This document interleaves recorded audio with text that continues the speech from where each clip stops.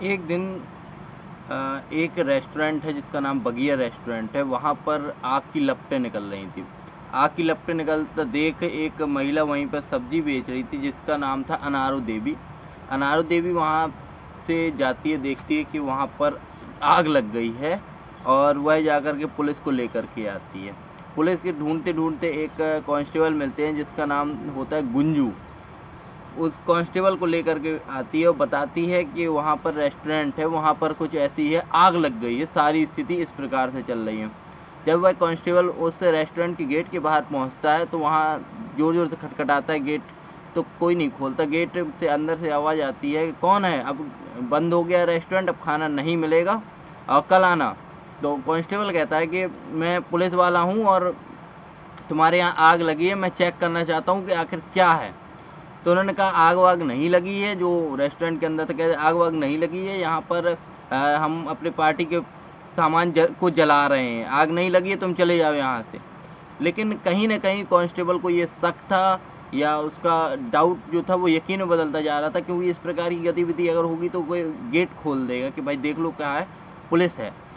तो वह गुंजू जो है कांस्टेबल, वह पीछे वाले रास्ते से जा करके लगभग 8 फीट की दीवार फांद करके कैसे भी करके वह वहीं पर पहुंच जाता है जहां पर आग जल रही थी। वह अंदर जा करके देखता है तो वहां पर एक तंदूर लगा हुआ है और तंदूर में बराबर घी डाला जा रहा है। घी डाला जा रहा है, वह जल रहा है और जैसे ही उसमें घी डलता था आग की लपटें ऊपर तक जाती थी, जिससे कोई भी अंदाजा लगा सकता है कि यहाँ पर आग लगी हुई है। वह कहता है इसमें क्या जला रहे हो, तो वहाँ पर एक व्यक्ति होता है जो तंदूर में घी डाल रहा होता है, वो कहता है हमारे साहब युवा कांग्रेस के नेता हैं और उनके पार्टी के पोस्टर बैनर वगैरह हैं, उनको हम जला रहे हैं। लेकिन कहीं ना कहीं गुंजू जो कांस्टेबल है उसको शक रहता है, वह उसके अंदर डंडा डाल करके चेक करने का प्रयास करता है कि आखिर इसमें जल क्या रहा है। वह जैसे ही अंदर डंडा डाल करके चेक करता है तो नीचे से जहाँ से लकड़ियाँ लगाई जाती हैं, जहाँ से राख गिरती है, वहाँ से एक पैर निकल करके बाहर आता है। देख करके गुंजू शॉक हो जाता है कि आखिर ये है क्या। वह देखता है तो पूछता है ये क्या है, क्योंकि वहां से पैर निकला हुआ था। तो जो आग में घी डाल रहा था वह कहता है कि हम बकरा भूंज रहे हैं।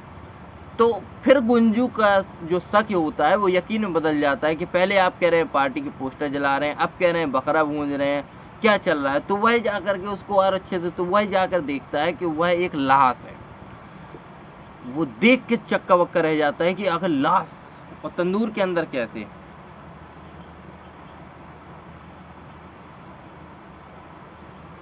देख करके वह शौक हो जाता है कि लाश, और वो भी तंदूर के अंदर। अब वह डरने लगता है, पूछता है क्या है कैसे।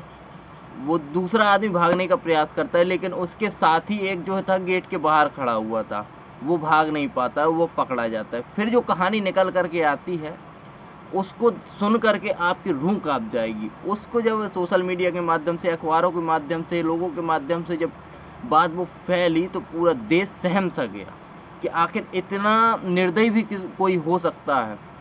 तो नमस्कार साथियों, मैं हिमांशु एक बार फिर आपके अपने परिवार अपना भारत रिपोर्ट अर्थात एबी रिपोर्ट में स्वागत करता हूं। आज एक सच्ची घटना को लेकर के हम आए हुए हैं, जिसको हमने पढ़ा और समझा तो हमने यह अंदर से हमारे अंदर यह निकला कि इतना क्रूर और इतना ज़्यादा शक भी कोई कर सकता है और इस हद तक जा सकता है, बातचीत बढ़ करके इस हद तक पहुंच जाएगी, ये कोई नहीं सोच सकता। तो बात है दिल्ली के कनॉट प्लेस। दिल्ली के कनॉट प्लेस में एक बगिया रेस्टोरेंट है। बगिया रेस्टोरेंट का मालिक है सुनील शर्मा, सुनील कुमार शर्मा। सुनील शर्मा सुनील शर्मा अपने घर जाता है तो वहाँ पर देखता है कि उसकी पत्नी किसी से बात कर रही है। उसको शक होता है तो बातचीत, वह बार बार पूछता है कि किससे बात कर रही हो। नैना सानी कहती है कि किसी से नहीं, और फिर क्या पूछता है तो ये बातचीत बढ़ते बढ़ते कब बहसाबाजी पलट जाती है पता नहीं चलता, और कब बहसाबाजी होते होते इसका अंजाम इतना बुरा होगा ये कोई सोच नहीं सकता। बहसाबाजी होती है, मारपीट शुरू हो जाती है। अचानक से सुनील शर्मा को जब गुस्सा आता है तो वह जाकर के अपनी अलमारी से लाइसेंसिंग पिस्टल निकाल करके लाता है और फायर करता है। पहला फायर जब करता है तो वो गोली जाकर के चूक जाती है और जाकर के दीवार में लगती है। दूसरा फायर जब करता है तो वह जाकर के उसके गले में लगती है, और तीसरा फायर जैसे ही करता है तो वो उसके सिर में लगती है और उसकी पत्नी की वहीं पर ही मृत्यु हो जाती है। उसके बाद वह सोचता है कि ये मैंने क्या कर दिया। फिर वह कहता है हो गया जो, अब इसको लाश को ठिकाने लगाने के लिए तो वह अपनी गाड़ी में लाश को डाल करके निकलता है रास्ते में। हालांकि जिस रास्ते से वह जाता है उस रास्ते में भीड़ नहीं होती थी, लेकिन उस समय उसको मौका नहीं मिल पाया कि वह लाश को इधर उधर फेंक सके।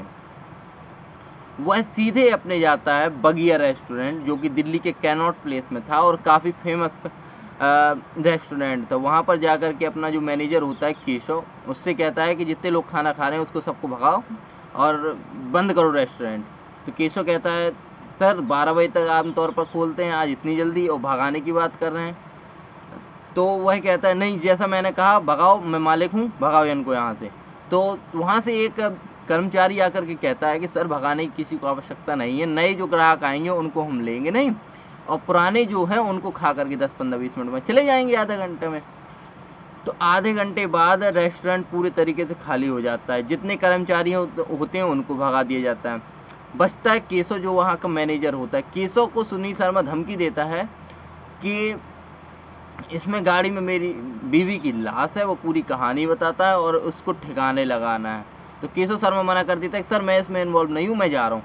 तो केशव शर्मा को सुनील शर्मा धमकी देता है कि अगर तुम यहाँ से गए तो मैं तुमको ही मार दूंगा, इसको मार दिया तुमको ही मार दूंगा। केशव शर्मा डर के मारे उसका साथ देने लगता है, और वहीं पर जैसे ही वो साथ देने की बात करता है तो ये दोनों लोग प्लान करने लगते हैं। यह रेस्टोरेंट बंद हो चुका था, सारी लाइटें बंद करने के बाद वह देखते हैं तो तंदूर में आग लगी हुई थी, यानी कि तंदूर से आग जल रही थी और तंदूर में रोशनी निकल रही थी। उनके अचानक दिमाग में आता है कि इसमें, क्योंकि तंदूर जो था वो सामान्य से भी ज़्यादा बड़ा था कि उसमें एक आदमी आराम से बैठाया जा सकता था। उन्होंने कहा ठीक है, तंदूर में ही इनको ख़त्म कर देते हैं, जला देते हैं इसका शरीर, जब अच्छा से मिलेंगे तो कोई चीज़ नाम नहीं आएगा, निशान नहीं आएगा। तो वह उसमें ही तंदूर में ही डाल देते हैं। तंदूर में डालने के बाद जैसे ही उसको डालते हैं, वो नहीं आ रही थी तो उसको तोड़ मड़ोड़ के पूरी तरीके से उसमें फिट कर देते हैं और आग लगाने की कोशिश करते हैं। आग लगाते आग पूरी तरीके से नहीं जल रही थी, तभी इसका मालिक रेस्टोरेंट का सुनील शर्मा कहता है कि जितना भी घी रखा है सब लेकर के आओ, बाहर से 2 ट्रे और घी लेकर के आओ। घी आता है और घी डालना उसमें शुरू किया जाता है। जैसे ही घी डालते हैं आग की लपटें तेज हो जाती हैं, तेज होती हैं, और बाहर वहीं पर एक अनारू देवी नाम की सब्जी बेचने वाली वहीं पर थी। तो उसने तुरंत जाकर के पुलिस को बुलाया। ये पुलिस आई, पुलिस के बाद उन्होंने जांच पड़ताल शुरू की। पुलिस ने केसों को पकड़ रखा था, और जैसा कि जो गुंजू आया था, वह लाश में पानी डाल करके वहाँ से भागा था, और उसके बाद केसों को पकड़ रखा था। भाग करके गया, वायरलेस किया, और केस वहाँ से वापस आकर के पूरी टीम के द्वारा केसों को पकड़ा गया और लाश को पीएम के लिए भेजा गया। पीएम होने के बाद पता चलता है कि यह लाश एक महिला की है। अंगूठी के माध्यम से लगता है कि ये एक लाश जो है महिला की है। उसके बाद सारी जानकारी कलेक्ट करने का प्रयास किया जाता है, लेकिन किसी भी प्रकार से कोई भी सुराग पुलिस के हाथ नहीं लग रहा था। तभी वहाँ पर एक व्यक्ति आता है मतलूम करीम करके, जो कि नैना साहनी का अच्छा दोस्त था। वह साथ पढ़ा करते थे। उसके बाद नैना साहनी ने सुनील शर्मा से शादी कर ली। सुनील शर्मा से शादी तो उसने की, लेकिन वो कहीं भी सामाजिक रूप से नहीं थी। वो सिर्फ और सिर्फ 2 लोगों के बीच पे थी कि मैं तुम्हारी पत्नी हूँ, तुम मेरे पति हो, 2 लोगों के बीच की थी। वह जब भी सुनील शर्मा से कहती कि तुमने मुझसे शादी तो कर रखी है, लेकिन तुम मुझे सामाजिक दर्जा कब दोगे, समाज को कब बताओगे, मैं चाहती हूँ सबको पता चले कि हमारी शादी हो चुकी है। तो सुनील शर्मा उस पर कहता है कि जो मैं चाहूँगा वही होगा। एक प्रकार से नैना साहनी का शोषण हो रहा था कि क्या हो रहा था, ये सारी चीज़ें नहीं निकल करके आई, ये बोलता है सुनील शर्मा। फिर बातचीत बढ़ती है। ऐसा कुछ मतलूम करीम ने बताया कि उस रात नैना साहनी मुझसे बात कर रही थी, हालांकि हम लोग अच्छे दोस्त हैं, हमारे बीच ऐसा कुछ भी नहीं है। तो हो ना हो ये काम सुनील शर्मा का ही है, क्योंकि वो दोनों शक किया करता था। सुनील शर्मा कांग्रेस युवा नेता भी था, और मतलूम करीम भी कांग्रेस पार्टी से बिलोंग करता था, और नैना साहनी भी कांग्रेस पार्टी से ही थी। जब कभी भी तीनों बैठ करके बातचीत किया करते थे तो सुनील शर्मा हमेशा शक किया करता था। तो पुलिस का शक जो है वो कंफर्म होता जा रहा था कि सुनील शर्मा ने ही इसको मारा है। तो सुनील शर्मा को ढूंढने की कोशिश की जाती है, लेकिन सुनील शर्मा नहीं मिलता है। उसके कई उसके साथ IPS IAS भी थे उसका जो सहयोग कर रहे थे। उसके बाद वो बेंगलोर, चेन्नई, कहाँ नहीं घूमता है। हालांकि उसको बाद में बेंगलोर से पुलिस ने अरेस्ट कर लिया था। पुलिस ने अरेस्ट करने के बाद जब वो कड़ाई से सुनील शर्मा से पूछा तो सुनील शर्मा ने सारी कहानी बताई। फिर उसके बाद भी पुलिस बहुत चक्की रह गई कि जैसे ये अपराध तुमने किया था तो तुमको डर नहीं लगा। तो सुनील शर्मा कहता है डर लगा, लेकिन अब क्या होता है। उसके बाद बचने का कोशिश किया, लेकिन बच नहीं पाया। पुलिस ने उसको न्यायालय में रखा, जो स्थानीय न्यायालय होता है, वहाँ पर उसको सजाए मौत सुनाई गई। सुनील शर्मा को जेल में डाल दिया गया। जेल में डालने के बाद वहाँ से उसने हाई कोर्ट में अपील की। हाई कोर्ट में कहा कि कोई फैसला नहीं बदला जाएगा और तुम ऐसे ही इसी सज़ा में रहोगे।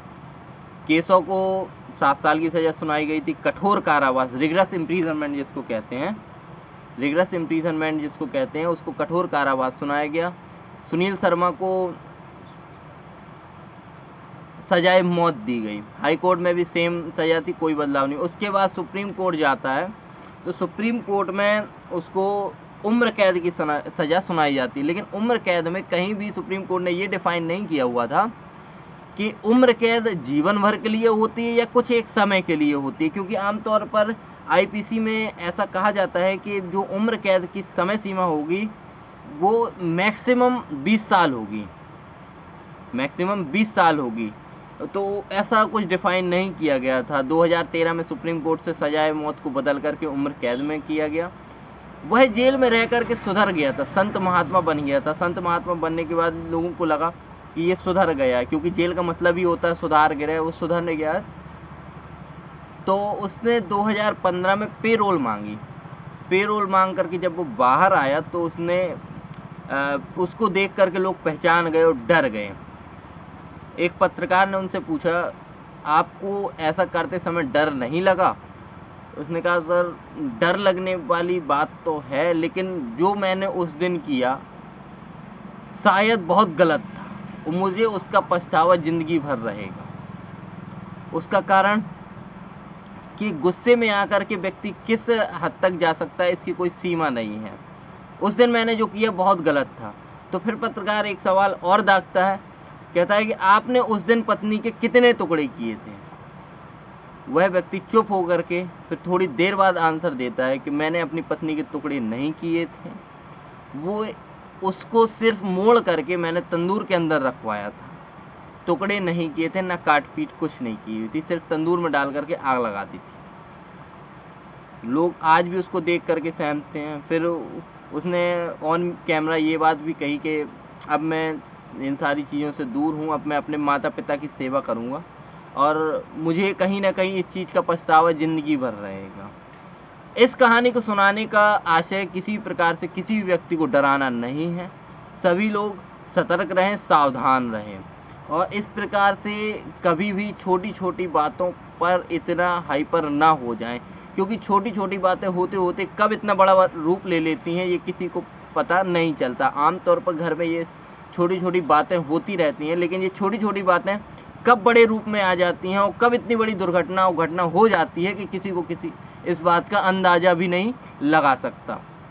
तो चलिए हिमांशु के साथ चलिए मिलते हैं हम आपसे नेक्स्ट वीडियो में। अगर वीडियो पसंद आई हो तो लाइक शेयर सब्सक्राइब जरूर कर दें। आज छोटा भाई समझ करके ही कर दें। आज हमारी इस समय टीम नहीं है तो हम आपको स्टोरी सुना रहे हैं, हम पढ़ रहे हैं, उस पर एनालिसिस करने के बाद आपके समझ रख रहे हैं। हो सकता है थोड़ा बहुत फ्लो हमारा गड़बड़ हो, लेकिन कोशिश हम पूरी कर रहे हैं कि आप तक सही जानकारी पहुंचाई जाए। और डराना हमारा किसी प्रकार से मकसद नहीं है, आप लोगों को सतर्क करना हमारा मकसद है। आप लोग सतर्क रहिए, सावधान रहिए और मिलते हैं हम आपसे नेक्स्ट वीडियो। तब तक के लिए जय हिंद, जय भारत, नमस्ते।